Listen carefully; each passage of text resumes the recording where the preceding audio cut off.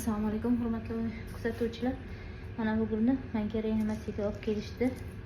Buni ahvolini ko'ryapmiz. Chirib ketibdi. Tanasida sog' joy bormi, yo'qmi bilmaymiz. Yo'qqa o'xshayapti.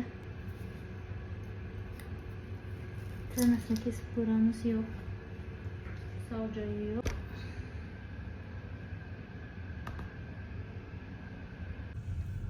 Aradan 2 kun o'tdi. Buni krossovklarni, qalamchalari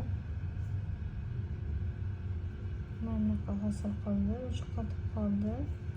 Mana bu yonlaridan agar ildizlar chiqarishni boshlasa, agar o'zi ekish kerak.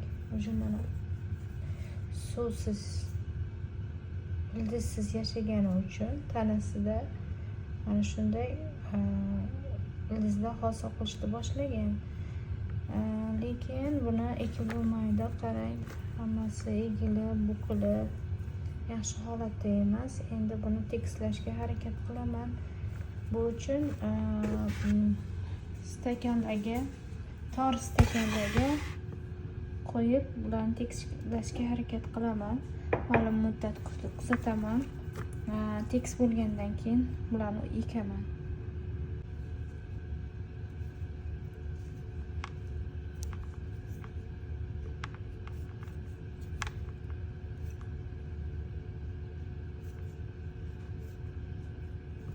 Umid qilamanki, bular tekis bo'ladi.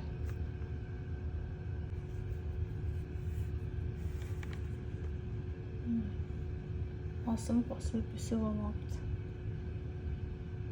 Iloji boricha tekislashga harakat qilaman. Tekis bo'lmasa tashlab yuboraman.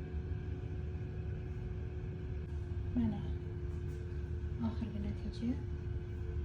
Endi bularni tekis bo'lishini kutaman. Bir haftalarda xudo xolisa bo'lib qolsa kerak. Ularni esa yana quritishga qo'yib, keyin ekaman.